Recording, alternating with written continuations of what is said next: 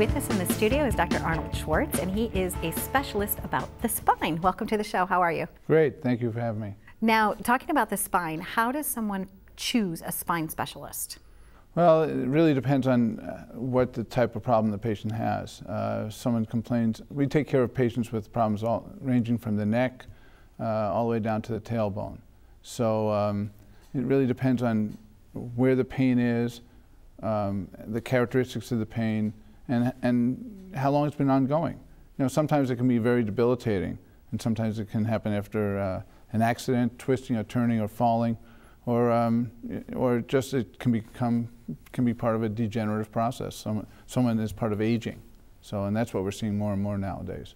So oftentimes when we have a backache or something like that, we'll ask our partner to like give us a massage, right, or whatever, or we'll just like, oh, we'll take some things over the counter. At what point in someone's pain should they say, you know what, this is something that I maybe can't just manage in a simple way? Well, most backaches go away in no time at all. Okay. You know, a day or two, most of the time they get better.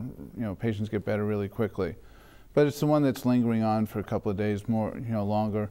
Or if someone starts developing some numbness or tingling in their hands or in their legs, or if they develop any weakness. Sometimes, commonly we'll see patients that twist their neck and all of a sudden they start to develop pain in their neck with pain radiating down to the hand, shooting pains. Sometimes even people have some weakness in their hands.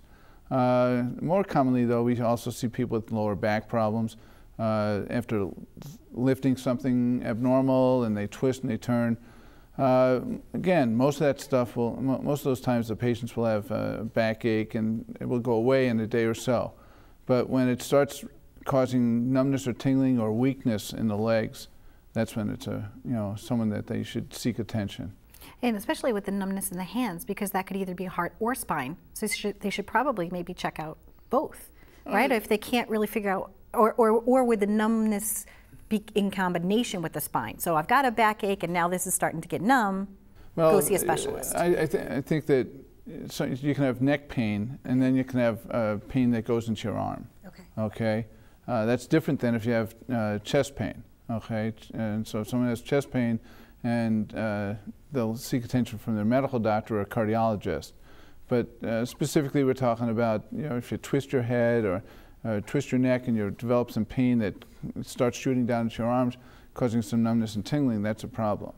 The other concern that we have is the people who have a slow, insidious onset of pain from in their neck or in their lower back. And these are the times that we get more and more concerned, because sometimes that can be reflected in someone may have something more serious. For example, it could be a tumor or an infection. But that's not as common as the normal day-to-day problems that people have with neck or lower back pain. It makes perfect sense to me. It's almost like the game of Operation, where everything's are connected, so if the bread basket's where your pain is, or, you're having that feeling of sharpness, then that's definitely something that's not maybe going to go away in a couple of days. Right. So it's longevity of the pain, it's the intensity of the pain, right? And then how would they find you? How do they find a spine specialist or a spine surgeon? Well, I'm a spine surgeon. I've been in practice for almost 30 years, and I just do spinal surgery. But I also see patients with some neck or lower back problems that get better just with what we would call conservative care, non-operative care. As a matter of fact, we only operate on about 10 to 15% of our patients that actually come in, because most people can get better on their own. We use different modalities, whether it be physical therapy or chiropractic care or medications, but most people actually get better on their own with some assistance from us. But we just need to help reassure patients as to what the best way to handle it. And there's a lot of caring physicians and a lot of caring technicians at your office. I had a chance to go visit and I was so impressed at the level of the equipment that you have there, the friendliness and the knowledge of the people, and I guess that's important too. When a patient is looking to work with someone and a care, practitioner like yourself, what are some levels that they should measure by? Is it a reputation? Is it the equipment? How do they know that they got a good doc? Well, at Orthopedic Spine Care, we have four doctors, all board certified, and that's an important criteria for us. That someone should be board certified in their specialty. We've got 3 board certified orthopedic spine surgeons, and we've got 1 board certified physiatrist who specializes in pain management. So that's what we have in our comprehensive center, and that's really, helps us in the treatment of our patients. We do have an MRI and a CAT scan and fluoroscopy and plain X-ray on site, so that also helps us make immediate diagnoses for patients. So it's very helpful in what we have. And you asked, how does someone select a physician? I think that it's reputation. It's it's a referral pattern. But having been around for all these years, we have good successes, and that's what helps. Really give us a good patient volume. That's really cool. If somebody's like in pain, they're going to say, "Oh, I had back surgery." It's like that, word of mouth referrals type of thing that's important as well. That's correct. What did it personally take you, and why did you choose to become the physician that you are today? What was your path, your journey, if you will? Well, I actually grew up on Long Island, then I went to college in Chicago at Northwestern.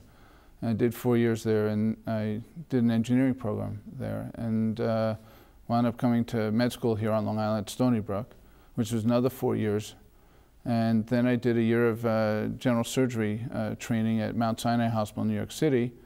And then I went to Boston and did 4 years of orthopedic training there. And following that, I went to Cleveland, Ohio, and I did spine training, subspecialty spine training.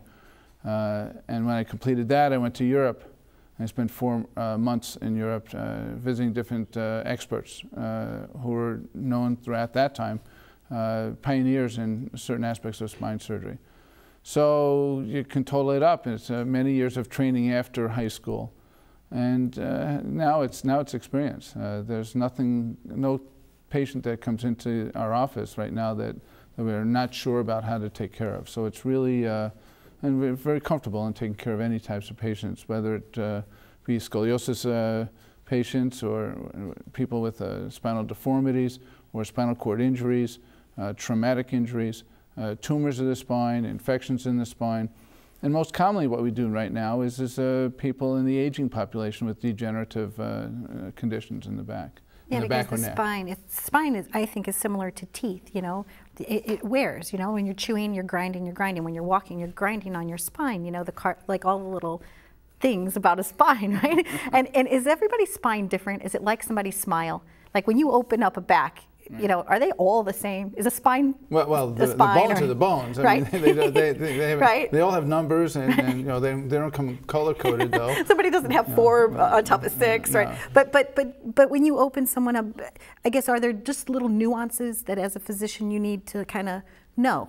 That is correct. I mean, everyone's born with basically the same number of vertebrae, bones in the back, and then in between each of the bones we have discs, and in the wear and tear process as we age, the discs can degenerate, and that can cause problems, as well as they can herniate and cause pinched nerves that way as well. So. And the bulging too, that's like when the little jelly right between your vertebrae pushes out, it's not supposed to. Right. What is the little jelly called? What is that? It's actually called the nucleus fibrosus. There you go, at least it has a name. I'm sorry, it was actually the nucleus pulposus. The annulus fibrosis is the ligament that surrounds the nucleus. Thank you for educating us a little bit about that and about the spine. And one final question, and that is, I want to talk about the fact that you use your gifts to make a difference in the lives of others, both your patients, but also you do a lot of charitable work as well. Can you tell us maybe just about one of those special trips that you took and what you did? Last year I went to the Dominican Republic, and I was through an organization that I'm affiliated with in Minneapolis. We went to a hospital in Santo Domingo, and we operated on patients there for a couple of days, and it was very, very rewarding. It was an excellent experience, and it's actually interesting to see the difference in the hospitals versus what we have here in the New York metropolitan area versus what it was down in Santo Domingo. It was really interesting, quite the challenge. But we brought our own equipment, and we brought an anesthesiologist with us, and brought all the spinal instrumentation that we used, and that's what we did. It was really a phenomenal experience to be able to do that.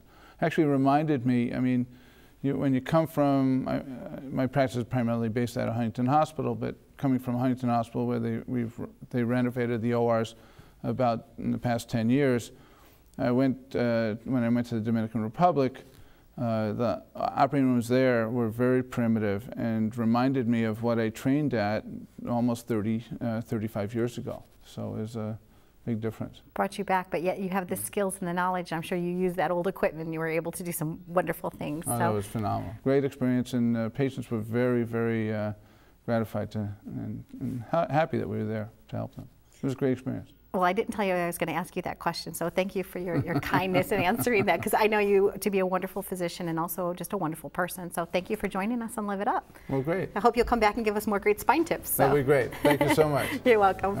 Stay tuned to more on Live It Up.